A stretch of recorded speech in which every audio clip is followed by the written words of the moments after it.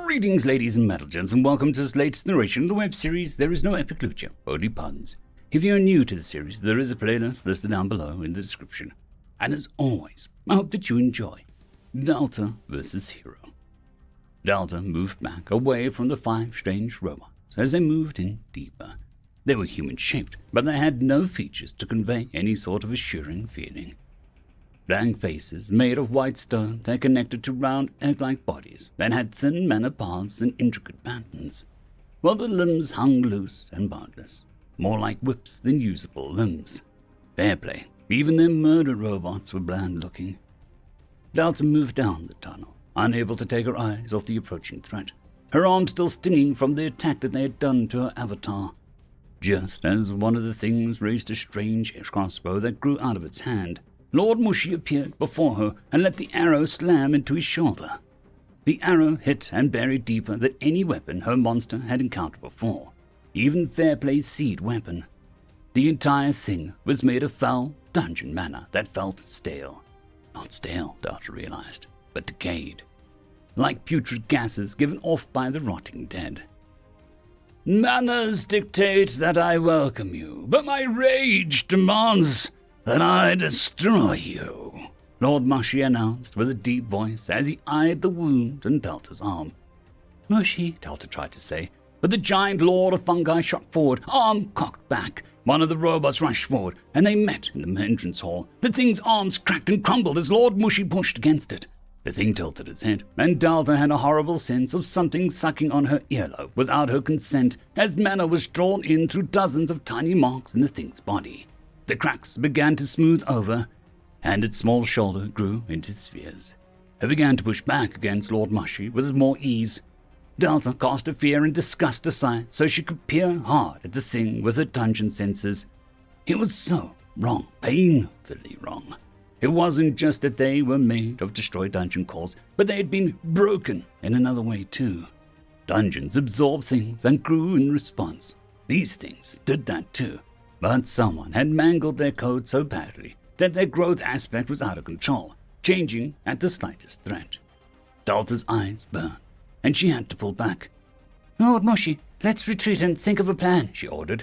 Her monster surprised her by refusing with a shake of his head. I will buy you time, mother. Time is of the essence, and these things have far too much on their side, he admitted as his arms began to buckle. Mushi, she hesitated, I am immortal in your heart. You are so fragile in mine, he said, straining harder. Delta tried to yank Hero or her damn new Star Dragon out in panic, but the raid boss monster were tied up in so many delicate systems that she even spotted some of New's core pieces moving in and out of things. They were also tied up in the respawn mechanics of the entire dungeon. She could spawn a Star Dragon, but the only floor where she had enough space for it was the 4th. Brother! The wall spoke, indicating Maestro was watching footy. Dearest sibling, I require the most fantastic jaunty tune you have for my show. Mushi grimaced as the other robots began to move in. You were the social butterfly between us, but this is simply outrageous. You think I'll sit here and spin some records as you battle an unwinnable fight? Maestro demanded, and Delta clenched her hands, feeling stupidly useless. You won't? Lord Mushi asked, as the strength robot finally pushed him back into the skidding slide. Well, of course I will. I just wanted to remind you that I'm more than a pretty face and a voice, Maestro huffed, before the walls began to tremble with vibrations. Eyes on me, you filthy tin can backup dancers, Maestro cried as trumpets and bass began to play. One sibling who dances at night, the other who creates in the light. You are going to feel the wrath of the master of mushrooms, the brothers brave, the eldest of this dungeon. Maestro warned as the noise began to increase to uncomfortable levels, and Delta watched as the robots gained tiny little bumps on their surface to displace the vibrations. Technically, Fran and Swa were the eldest by a day, but Delta wasn't going to nitpick. Tally-ho! Mushi roared as he slammed his fist through the vibrating air, distorting the air as it impacted the strength robot and drove it back with a massive crack on its chest. Delta turned, knowing that she'd given her precious time and she wasn't going to waste it. Getting her avatar back to the 4th floor, Delta inhaled and closed her eyes. She hadn't ever done this properly on purpose, but she knew she had to be the one in charge of attacking these things from within. Her avatar began to dissolve, allowing her mind to be fully absorbed by the dungeon itself. Without a human shell to focus her mind, a mouth to speak, eyes to see, with ears to hear, Delta became the air, the ground, the walls, the monsters, the space, the shadows, and all. Delta became the dungeon. The dungeon was always Delta. Lord Marshy looked up as the robots continued to move around him. Only one of them had directly attacked him. The one Mother dubbed Strength model. It had become thick and burly with powerful manospheres that allowed it to gain the strength of a dozen monsters. Each time Mushi overpowered it, it grew harder to harm. It had an easier time beating him down in return. This doesn't look good. My songs affect these things as much as a Christmas music affects retail workers, Maestro admitted, a reference Mushi didn't quite get. Maestro had always been so much more sensitive to their mother's memories, and it showed. "Allow me to show you my power," Mushi announced as he put both his hands on the ground and pulled, the soil turning to almost liquid as it ran up his arms and made a giant round object above him. The giant pot was immensely heavy as Lord Marshy hurled it at the Strength model. There was a sort of cracking noise like glass giving out, and the pot exploded, showing the shards had buried themselves into the Strength model's chest, and the thing wasn't quite able to heal around them until the mana in them was removed. "I see a weakness," Maestro announced. "Then tell everyone, let them all know," Lord Mushi insisted as he felt a little wobbly from the use of his untrained power. He looked down at his hand where a symbol had been carved by Swa. He had allowed it an fit of amusement since the goblin was usually so taciturn. "This is your symbol. See, it looks like a pot wearing a crown." "Well done, my boy. You've got a bright future ahead of you," Mashi announced as the Strength model raised one hand. The powerful fist made of aiming right at Mushi's head. It spluttered for a moment as the air thickened in the dungeon. Mushi chuckled as everything went dark. "Poor fools! I'm just the greeting man. You haven't even begun to see the true dangers ahead," he warned before he was suddenly in a strange place with white beds and soothing walls. Nearby, a strange slime wearing a nurse's cap turned to him and gurgled. "Oh, soup, please. Toast is hard to chew on with no teeth," he responded, looking around with amazement. He wasn't sure, but as he watched the slime over the next few hours, it seemed to be growing more demonic and angrier. Odd. To Delta, these things weren't stars or asteroids or even worlds. They were black holes that stank of death. Anything close to them was sucked in and torn apart to fuel their distortions. What her mana was doing was valiant, but pointless. They were approaching this the wrong way, forming out of the massive orange sun. Delta took everything in before looking back for a moment to see a long corona of flames that ran down the star itself, giving the oddest impression of a slitted eye. One of the black holes was different now. It had rough edges of minerals that spun like a halo around its black spiral, a tough barrier that smashed anything drawn in. That was interesting. The Strength model had gained characteristics. She began to slowly move her hand in a clockwise motion. Her long and slender fingers looked inhuman in this illusion of stars in space. Close to the Strength model, a new hole began to appear, a vortex spinning in the opposite direction made of dark orange mana. As the two began to clash, Delta caught the thinnest threads of an outside connection to the robots.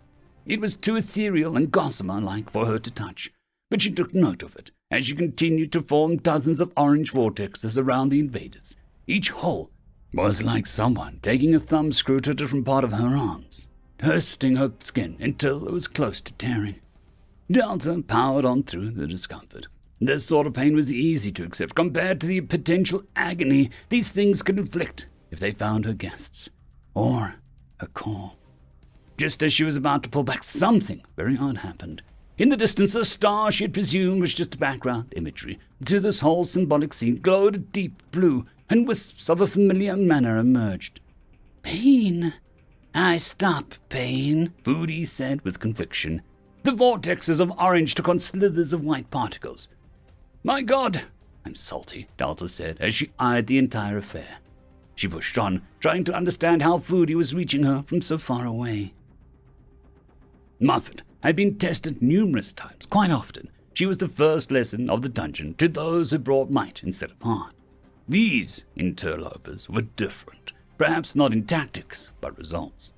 Only one of them stepped forward, cutting the webs and moving in, which triggered her base form.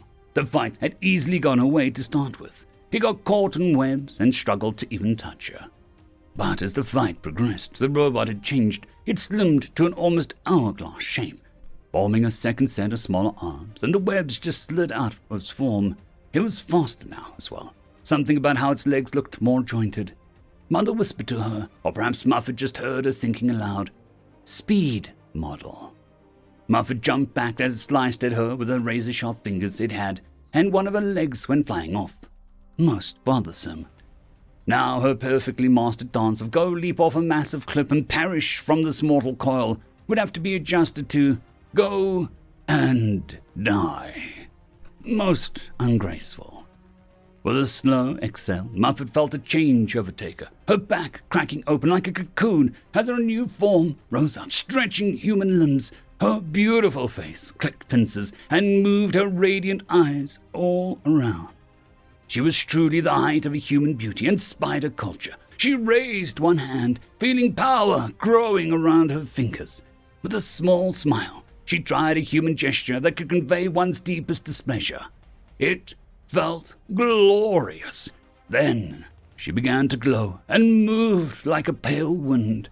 The speed model stared down at its arm as it fell off as Muffet shot past, her claws woven metal webs. It landed with a thump, and the robot ignored Muffet entirely to rush to its missing limb. Muffet raced towards it and managed to get it first, scooping it up. But the speed model was just behind her, and Muffet twitched as she received a massive cut to her back as she hurled the dismembered arm down the hall to Waddles, who was awake and ready. He dove into the lake with it, and it ended up on the second floor, where Delta could absorb it. Muffet turned slowly, and the speed model was staring at her as the stump where its arm had been began to bubble with mana it absorbed, forming a heavy, deformed blade in its place. It was a slow process, but Muffet allowed it to happen, allowing Mother to witness the process. The blade was far more fragile than its arm. It also received new mana far less potently. Combined with what Lord Mushy had gathered, the plan was simple in theory. Impale, rip, tear.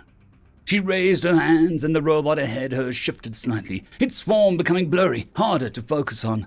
Muffet would make it so focused on her that it would be crushed by the next monster it met. Any good fighter knew that overspecialization was a killer. Once a pony did its only trick, what else did you need to see?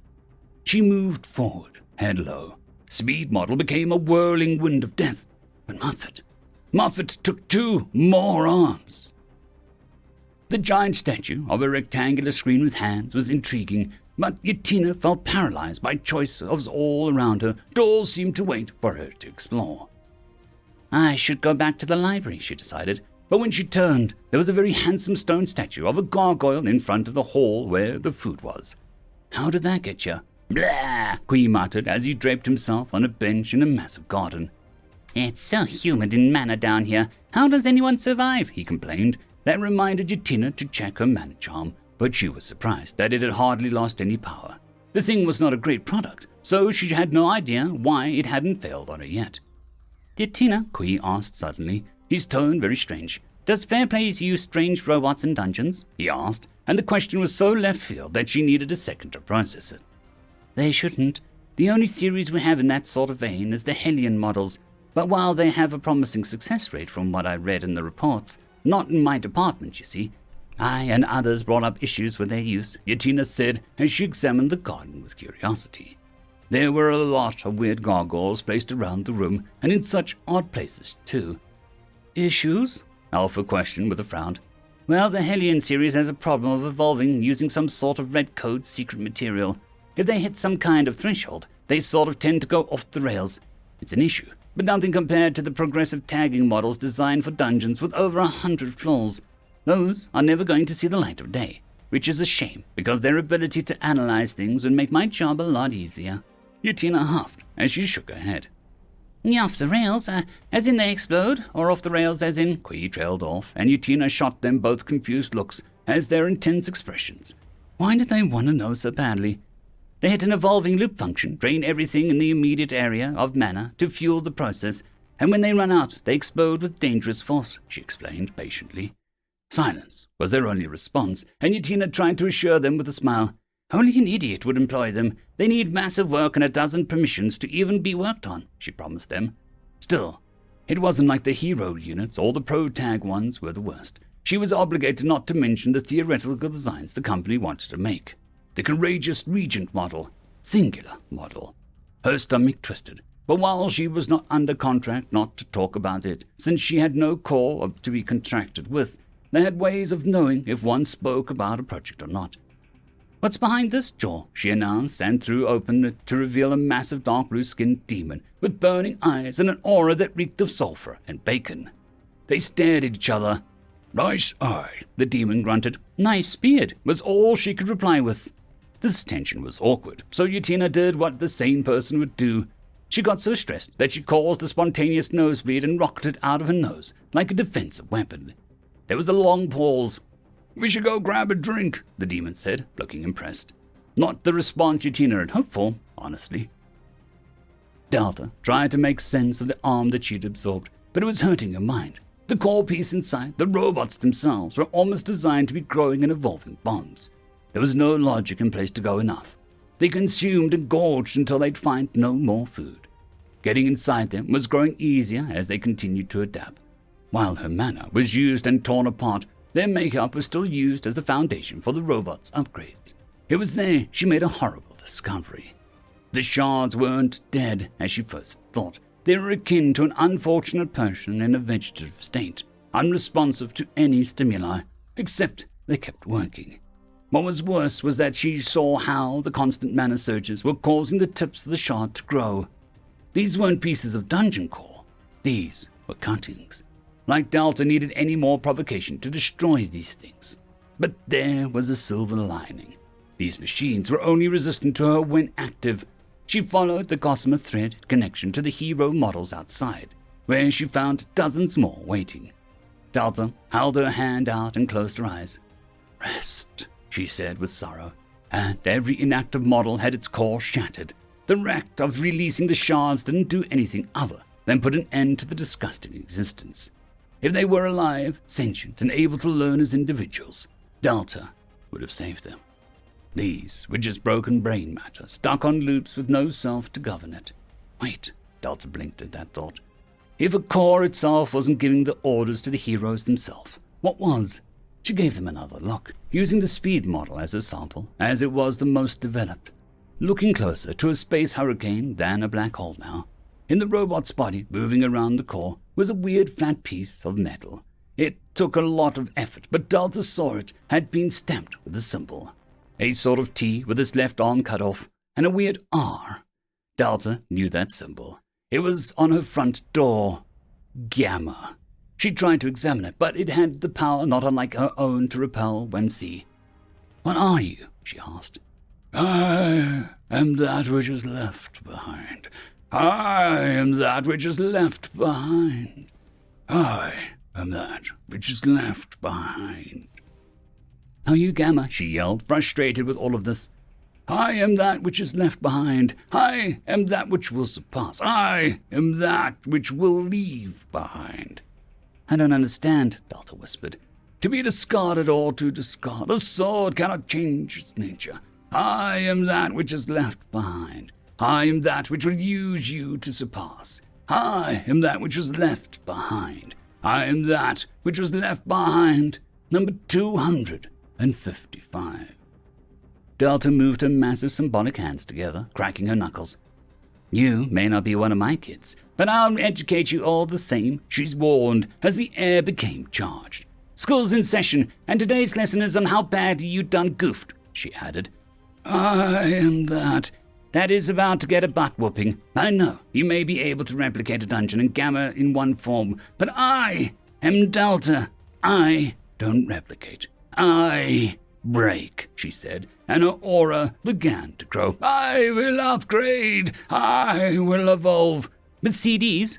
Delta asked suddenly. It threw the sentient but not quite alive fragment off. CDs? I do not. Delta hurled a wave of spinning salty mana at the robots that ignited the stars all around her. CDs nuts! The war was on. End of chapter. I'd quickly like to thank the T5 peeps. Bitmori, Terran on Air, Cold War Boomerwaffen, Severin Cerberus, Red Panda 121, Leslie 517, Bushmaster 177, Casper Arnholtz, Cam Maxwell, Lightshock, Dragzoon WRE, Lord Azrakal, and Arcadian. Thank you.